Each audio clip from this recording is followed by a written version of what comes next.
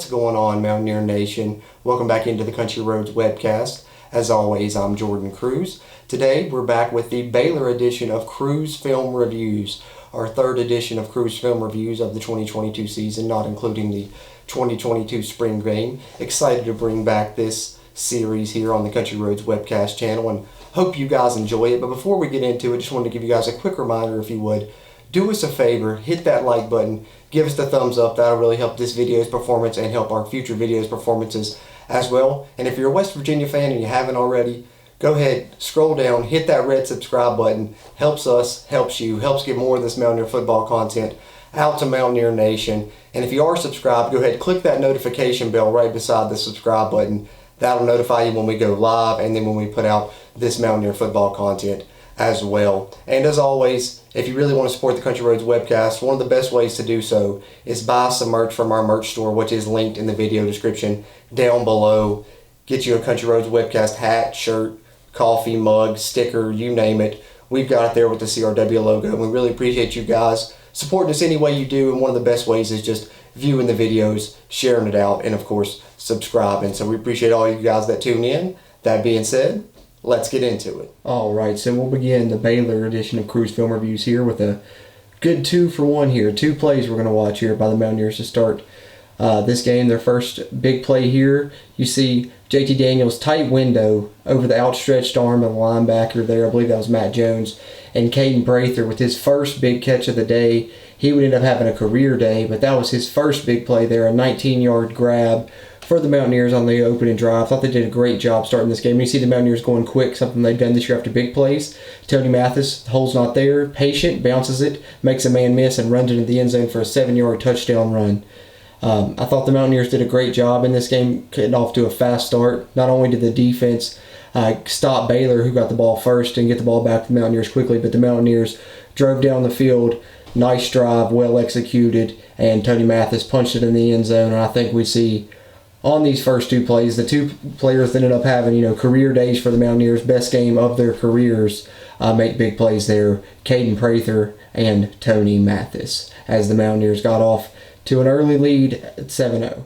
All right, so one of my favorite things West Virginia did in this game was they showed some creativity with the offensive game plan, something they've been doing throughout this year, really, and I really like some of the things they did in this game. Specifically, we're going to see right here Garrett Green get involved in the game. As you see JT Daniels takes the snap. Garrett Green coming out of the backfield here, closest to the screen, quick out pattern, and uses the speed to run ahead, gain about 8 yards. And then Green comes back. They're going quick, and Green will take the snap this time. You'll see out of the gun with JT Daniels down here near the bottom of the screen, lined up in a wide out position, and it's going to be a Garrett Green quarterback power to the right here. Decent little hole, but you see Siaki Ika right there, just a man, grabs him. But I really like the creativity that they showed. I like Garrett Green getting involved, catching passes. I think getting the ball in his hands with his speed is good, and his dynamic playmaking ability. Later in the game, West Virginia would come back to this. I'll try and show that play again here in a little bit, but I think that maybe in the future they may be setting something up there. Maybe there's a double pass in the playbook or something, and hopefully we'll see more of this creativity, more Garrett Green involvement as the season progresses. All right, so one of the ways West Virginia was able to find a way to win this game was they made plays when they needed it. Sometimes they got behind the chains, like in this situation. 3rd and long, not where you want to be against Baylor, but Reese Smith makes a play. JT Daniels puts it in a place where only he can try and get it, and Reese Smith with the best catch of his career right there. Look at that. Goes up and gets it, high points the ball. Defense in cover 2. JT Daniels reads it, Reese Smith splits the safeties, and JT Daniels puts it up high where he can make a play on it, and Reese Smith does just that for the 3rd down conversion. Look at that. Great athleticism there from Reese. Awesome catch. 1st down, Mountaineers. All right, you want to talk about a game-changing play. This is definitely one that falls into that category right here for the Mountaineers as they're down 17-10 late second quarter here. And you're going to see Blake Shapen here try and break contain, but as he does, Sean Martin's able to get one of his big paws on it. Jasir Cox with the athleticism to scoop it and take off the other way for the touchdown. Possibly the play of the game. There's definitely a few that were really game-changing plays, and we'll get to a couple more of them here in a bit as we progress through the film review, but that one right there was massive. It felt like West Virginia I tweeted out on our Twitter, which if you're not following us there, follow us at WVU Country Roads. But I tweeted out the ball for the first time, or for what felt like the first time this season, bounced West Virginia's way, literally and figuratively here. You see Sean Martin hit the arm a little bit. Chapin loses it. Jordan Jefferson makes sure Chapin can't recover, and Jasir Cox picks it up and does the rest for the Mountaineers to tie the game in the second quarter, which was a very big play in this ball game. But West Virginia hadn't hardly gotten any breaks, it felt like, at all in the first 5 games. And then here in the 6th game, as we see Jasir Cox with the minor turnover helmet on there. But West Virginia finally caught some breaks, and that was one of them, and it was a very big one to tie the game for the Mountaineers. All right, I said I'd try and show the other play where Garrett Green got in for the Mountaineers, and it was actually their first play of the second half. As you'll see here, the Mountaineers got the ball to begin the second half. And Garrett Green's in at quarterback again with JT Daniels split out wide to wide receiver down at the bottom part of the screen here. And Green skirts through there. Quarterback counter, quarterback power play there with Palendi leading the way. Picks up about 2 or 3. But I think I like the fact the Mountaineers got creative and did get Garrett Green involved. That's something I thought they might do with C.J. Donaldson out and trying to do some things in the run game. Only saw him for, the 3 plays, but hopefully it's something we see more of in the future, and I think that we could see something tricky coming off of that maybe. We'll see. All right, so to begin the game, we showed a 20-yard catch for Caden Prather. Said he had a career day. He ended up with a touchdown. Here it is to tie the game for the Mountaineers to begin the second half. You see Prather make the catch and make people miss, get to the end zone, and he really showed a lot in this game. He's truly a breakout player for the Mountaineers, and especially in this game, Baylor was really putting a lot over to Bryce Ford Wheaton's side, safety help as well as the corner, and Caden Prather had the best game of his career because it watched this nice little in route, beats the man inside, makes that man miss, and then beats this guy to the end zone. Does what he needs to do to tie the game up for the Mountaineers, and as he started the first half off on the right foot, he starts the Mountaineers off on the right foot in the second half as well with the big play to tie the game all up at 24 apiece early in the third quarter. So here we're going to see what I think might be JT Daniels' best throw as a Mountaineer to this point. See Reese Smith on the orbit motion. We're going to get Sam James on a slot corner route here at the top of the screen. Daniels drops it in the perfect spot. James with a great catch, redeeming himself from the previous week when I know he took a lot of criticism for some drops that he had, but he right here hauls in a good one on a drive where the Mountaineers are trying to tie the game down 31-24. Great call with the first down play action pass. The Mountaineers have been run heavy on first down a lot, but switched up that tendency in this game, and right there JT Daniels drops in what I think is probably the best pass we've seen him throw. Beautiful ball. Speaking of Sam James, same drive. Mountaineers made some plays on third down, and here's another one. 3rd and 9. 3rd and long on a drive where they're trying to tie the game still, as I said, down 31-24 at this point, late in the third quarter. JT Daniels sees the man coming free, makes a great throw to Sam James, so that blitzer can't get to him. Sam James does a great job to get to the sticks, and me being a Sam James fan, I love to see it. I love to see him bounce back this week with a great performance, and we're going to let it roll through because the Mountaineers would score a touchdown on this 1st and 10 play as well to tie the game. But let's take a look at this. You see number 7 there coming free for Baylor. JT sees it, gets the throw right past him, right to Sam, throw into where the blitz is coming from, his hot read, Sam James. And here we go. The draw play, which has been successful for West Virginia this season. Watch Justin Johnson here. It looks like he's shot out of a cannon. Boom, takes off. Forget about it. Splits those two defenders that are not going to bring him down. Justin Johnson punches it in, and the Mountaineers tie it up at 31-31. That draw play was perfectly timed, perfectly called, perfectly blocked. The lane was there for Johnson, and he just took off. Watch him take off out this handoff.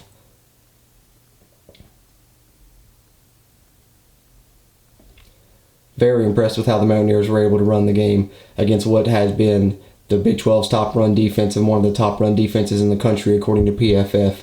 And the Mountaineers ran for over 200 yards on that defense. Justin Johnson, as you see, with some great plays there. And Tony Mathis with the best game of his career as well. All right, we talked about game-changing plays, and here's the other one, the big one for the Mountaineers. You want your big-time players to make big-time plays, and Dante Stills does just that. Watch him in the middle here. Come through right there, split those guys, blocks the extra point. Jacoby Spells, just like he did against Virginia Tech when we saw him get that pick 6 and house it. He scoops up the blocked extra point, and he's going to house this one as well. well to gift the Mountaineers with 2 points in what really changed the game and allowed the Mountaineers the opportunity to be able to take a lead. It had been back and forth. The Mountaineers would have just been going for another tie at 38-31. Instead, the Mountaineer offense gets the ball back, trailing 37-33 with a touchdown, could take the lead on the Baylor Bears. Absolute game-changing play from a game-changing player in Dante Stills. When the Mountaineers desperately needed it, he makes a play that absolutely changes the game. And Jacoby Spell's awareness should not go unnoticed as well as his speed yet again to take it the rest of the way in what really gave the Mountaineers the opportunity to be able to go on and win this game. Another game-changing play there. All right, so after a big fourth down stop for Baylor, the Mountaineers needed a big play to try and get them the ball back so they could have a chance to win this game, and Aubrey Burks provides it right there.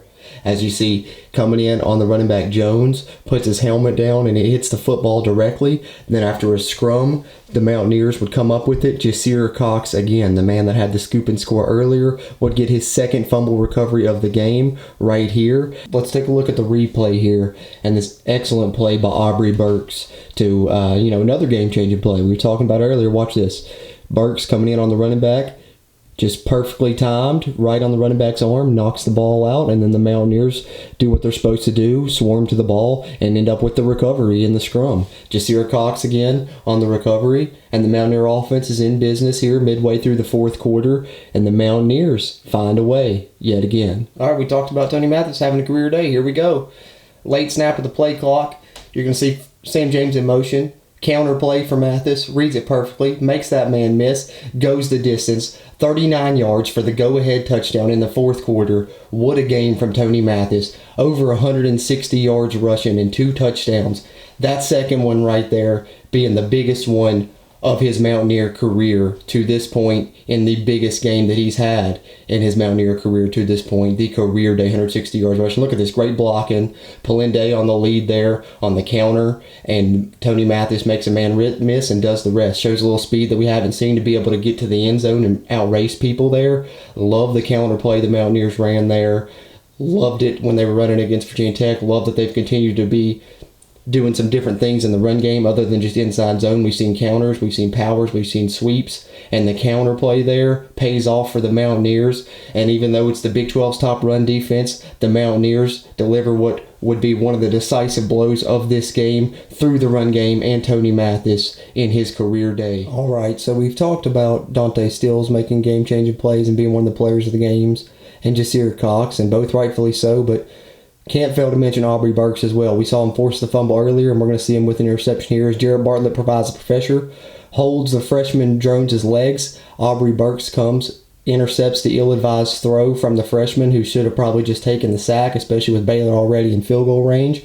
But that's what happens when you got a freshman in at quarterback, and Aubrey Burks makes him pay for it, grabs it, loses it for a second, bobbles it, but ends up with it ultimately in what felt like at the time was probably the game-clinching play, but it would get a little bit more interesting than that, as we'll see in the next play coming up. But let's check out the replay here of this one from Burks. You're going to see Jarrett Bartlett coming in off the right side here. He's going to get to the quarterback, and then Dante Stills coming in after him after that as well is what forced him to throw. He didn't want to get that hit from Stills. Burks, like I said, bobbles it, but ends up with it for the turnover late in the game, under 4 minutes left, with the Mountaineers up by 3. But it would still, like I said, get a little bit more interesting moving forward.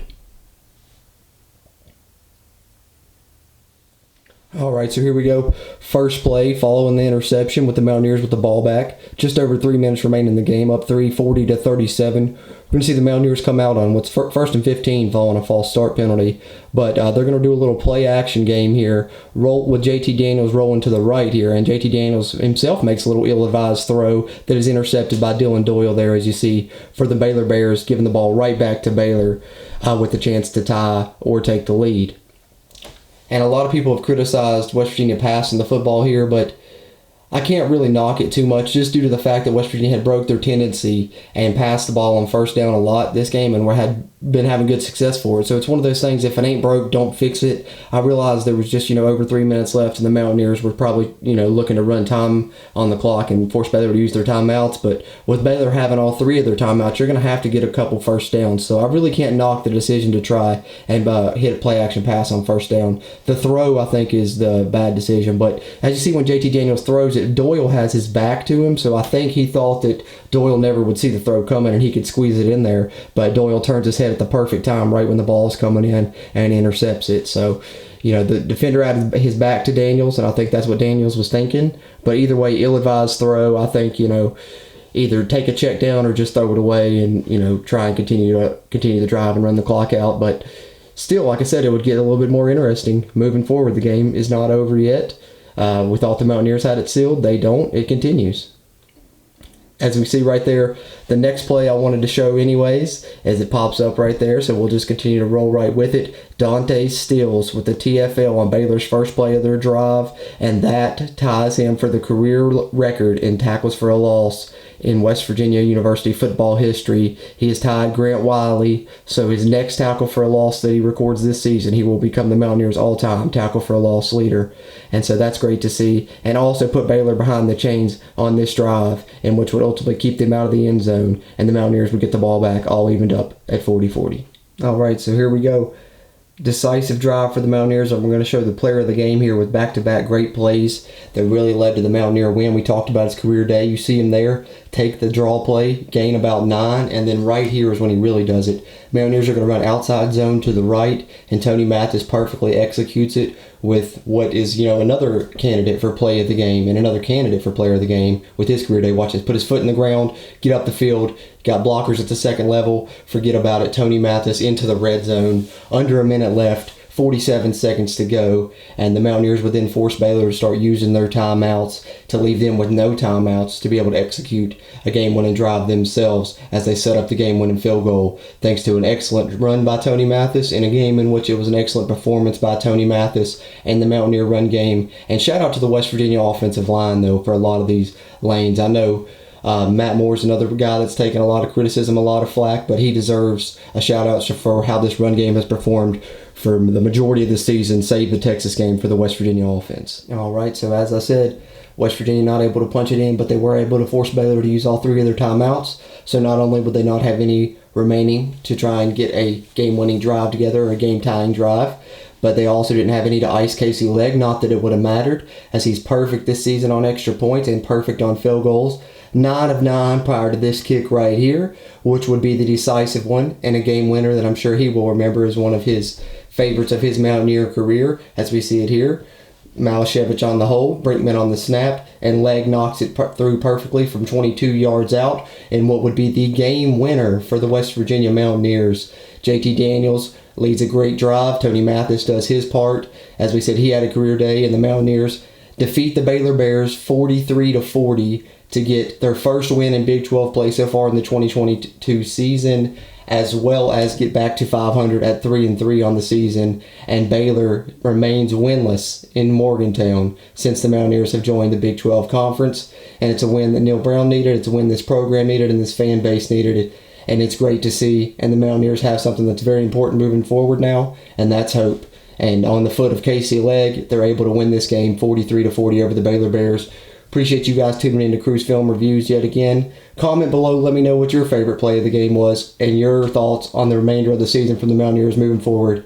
And do you feel better about it following this victory over the Baylor Bears? All right, so there you have it. Cruise Film Reviews for the Baylor victory for the West Virginia Mountaineers as they triumph over the Bears 43-40 in Morgantown to get the Mountaineers back on the winning side of things in the 2022 season, now standing at 3-3 overall and 1-2 in Big 12 conference play as they get set now in the 7th game of the season. They will be taking on the Texas Tech Red Raiders in Lubbock. But I know us here at the Country Roads Webcast, we were pleasantly surprised with this victory, but we are super happy about it and know that the rest of Mountaineer Nation is glad to see the Mountaineers get back on the winning track. That being said, we will be here to cover the remainder of the West Virginia football season. Be on the lookout for Season 5, Episode 141 of the CRW podcast our Baylor review and reaction episode. That'll be coming soon, as well, of course, as our Texas Tech preview and plenty of other content here on the channel, as always, moving forward throughout Mountaineer football season. So if you haven't already, hit that subscribe button. Helps us, helps you, and helps get more of that Mountaineer football content out to the rest of Mountaineer Nation as we continue to try and grow Country Roads Webcast throughout Mountaineer Nation. And before you head out, if you haven't already, give us that like, hit that thumbs up. That'll help this video performance and help our future videos performances as well. That being said, as always, I'm Jordan Cruz, and until next time, let's go Mountaineer. If you really want to know, then come on, let's go. Take a stroll down those